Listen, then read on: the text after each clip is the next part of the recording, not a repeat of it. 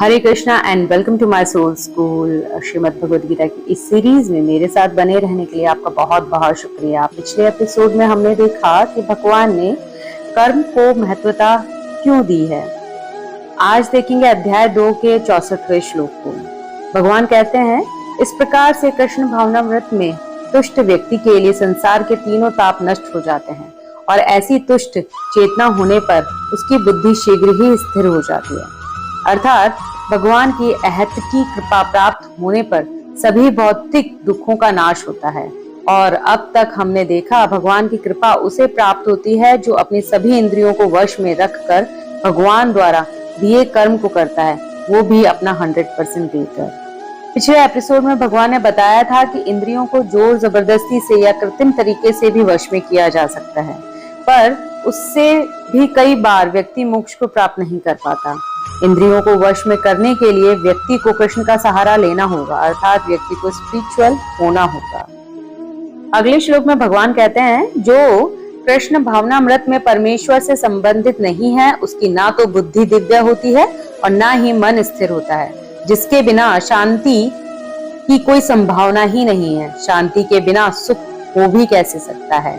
अर्थात भगवान कहते हैं व्यक्ति को यह मानना होगा कि उसके ऊपर कोई हायर एनर्जी है जो उसके लिए काम कर रही है। व्यक्ति का अंतिम लक्ष्य होना चाहिए, फिर चाहे वह मोक्ष की प्राप्ति हो या भौतिक जगत में बनाया गया उसके द्वारा कोई गोल हो। मन की चंचलता का एकमात्र कारण अंतिम लक्ष्य का अभाव है। जब मनुष्य को यह पता चल जाता है कि कृष्ण ही भोक्ता, स्वामी तथा सबके मित्र हैं, तो स्थिर चित्त होकर शांति का अनुभव किया जा सकता है।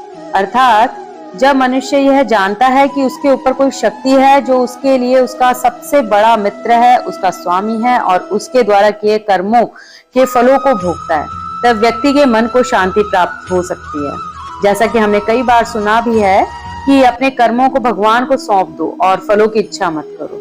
अगर व्यक्ति यह समझ जाता है तो वह वही कर्म करता है जो सभी के हित में हो।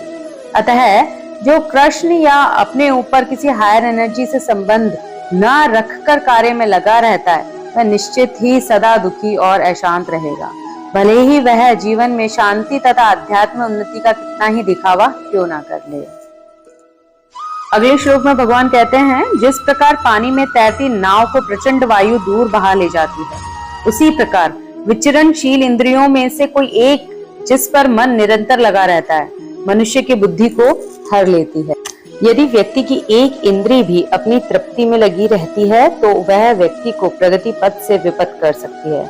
इसीलिए व्यक्ति को चाहिए कि अपनी सभी इंद्रियों को कृष्ण भावनामृत में लगाए रखे, क्योंकि मन को वश में करने की यही सही एवं सरल विधि है।